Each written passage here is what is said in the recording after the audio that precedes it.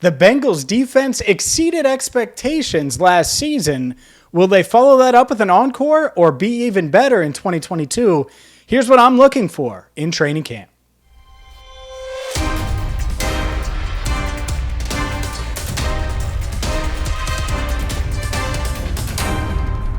Hi again, everyone. I'm James Rapien of AllBengals.com. Welcome into Cincinnati Bengals Talk. It's great to chat with you as training camp looms, and I got to be honest with you, this defense, they exceeded my expectations last year. And let's dive into things on expectations, what I'm looking for in training camp, because it's right around the corner. Tick, tick, tick.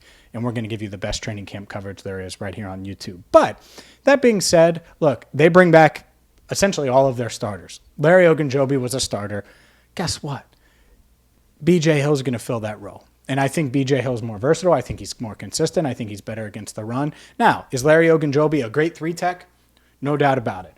And they could use another guy there. But overall, outside of that, Eli Apple back. You add these young players in Dax Hill and Cam Taylor-Britt. And that's where I'm actually going to start. We know Cheeto can ball. We know some of these, Mike Hilton can ball. But I want to see how Lou Anarumo uses Dax Hill. Because Dax Hill is this versatile chess piece that can play nickel corner. He can play safety with all the Jesse Bates drama. He can move all over the field. How much does he move? What does he do? Does he allow Mike Hilton to blitz like he did in Pittsburgh? Hilton didn't blitz as much last year.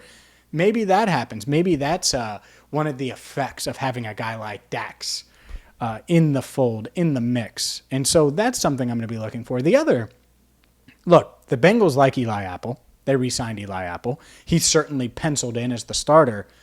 But you can't tell me that Cam Taylor-Britt is just incapable of pushing Eli Apple for that starting job. Apple signed a 1-year, $4 million deal. It's a perfect stopgap if you need him to be. But there's also a scenario where Cam Taylor-Britt can push for that job. And so that's the other one that I'm looking for. Is Cam Taylor-Britt the fourth corner? Does he, by midseason, take over that starting job? Heck, does he just really excel in camp and in the preseason? So I'll be watching him as well. And then the other rookie on defense that you're hoping can contribute right away, Zachary Carter out of Florida. I mentioned Larry Ogunjobi leaving. Can Carter be one of these instant contributors that they get, and situationally, will he be able to take a step? Now, as far as the defensive line goes, I think everybody is going to be all eyes on number 58. Joseph Ossai, right? He sacked Tom Brady, sacked the GOAT in his first preseason game. People love the pick at the time. I know I did. People love the potential that Ossai has. And the thing I like about Joseph Ossai is he's good against the run. This guy is comfortable mixing it up against the run and should be able to get some heat on opposing quarterbacks. And if you can get both in the AFC North, that's exactly what you want from a defensive end, and I think he's going to be able to bring it. And naturally, we haven't seen Trey Hendrickson since the Super Bowl. He didn't report to OTAs or anything like that, working out on his own. Fine with me. You know, I hope he'll be at camp, and he's going to be a big part of what they do, obviously, on defense. Now, Cam Sample, that's another guy. Goes under the radar a bit, especially with Joseph Ossai. You want to see him expand his game a little bit, take another step, and play defensive end, maybe move inside a little bit. The other thing that if Ossai takes a step, or Sample, or both, is maybe Hubbard plays inside a little bit more. He's really good against the run, so that could happen as well. And overall, I think this defense, outside of interior defensive line, there aren't many holes. There aren't many glaring weaknesses that are like, I don't know how they're going to. Pretty solid everywhere.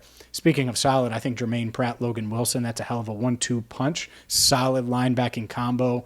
Will Jermaine Pratt continue to develop and take another leap? Will he be the guy that we saw last year, which was a really productive player, a nice player? We'll see. Contract year as of now. Who knows? Maybe he gets an extension done. Logan Wilson, by the way, man, he showed signs of special, right? And so does he, freshly married now, does he take another step? That would be quite a scene. So I'll be looking for both of those guys.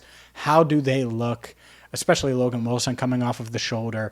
Looks solid, in OTAs. Wasn't doing all the team stuff. But I would expect him to resume that at the start of camp, but we'll see. I think the Bengals are going to take it easy and relax with those guys. The guys coming back from injuries, the T. Higginses of the world, the Logan Wilsons, etc.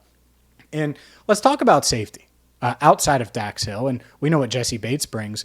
But the fun part to me is, and it naturally has to do with Dax Hill, but can Von Bell play around the line of scrimmage even more with Hill in the mix? Because if so, Von Bell is this hard-hitting, hard-working, veteran-type leader that you want around these young guys, these young members of the secondary as the Bengals get younger. And so he would be a guy that we know what he brings, but I'm interested in seeing how Von Bell, how Chidobe Awuzie, how Mike Hilton, how these guys help Dax Hill, Cam Taylor-Britt, and Tyson Anderson. I didn't forget about you. I was just not going to go down the list of rookies. And then the other thing, Trey Flowers. This is a big year for Trey Flowers. He was a nice role player for the Bengals down the stretch last year. Signed the 1-year deal. I think it was a nice get for the Bengals to keep him around. Will he continue to be that role player that bounces around and moves and guards opposing tight ends like Mark Andrews? That is certainly was a nice weapon for them to have on defense last year. And a guy that I think could really take a leap, like if there was one guy I would pick to take a leap this year on defense, it's Akeem Davis-Gaither. I think Akeem Davis-Gaither, he's still young. He's much younger than Logan Wilson. Hasn't played a ton. You're coming off that injury, all of those things, but he's got the athleticism. He's got the football background, coach's son, all of those things. And he was young, and he was coming from Appalachian State. So year 1, a lot of learning. Year 2, gets injured, flashed a little bit. Year 3 might be the year that Akeem Davis-Gaither, ADG, takes a leap. So we'll see. We'll be eyeing all of these guys and so much more. Just wanted to kind of go over the defense, give some thoughts on a lot of the guys. Also, if you missed it, our offensive breakdown. Also have a positional preview, like a roster battle type video coming your way. So plenty coming your way here on Cincinnati Bengals Talk. So make sure you hit that subscribe button, you ring the bell, and we have some big news coming your way. So tell all your friends about Cincinnati Bengals Talk. When I say we're bringing you the best Bengals coverage on YouTube, it's coming. And can't tell you all the details yet, but I'm telling you, you're going to want to be subscribed. You're going to want to have notifications turned on because big news is on the way, and we will have you covered all training camp long. So for Andrew Fox Miller, I'm James Rapien, signing off for now on CBT, Cincinnati Bengals Talk.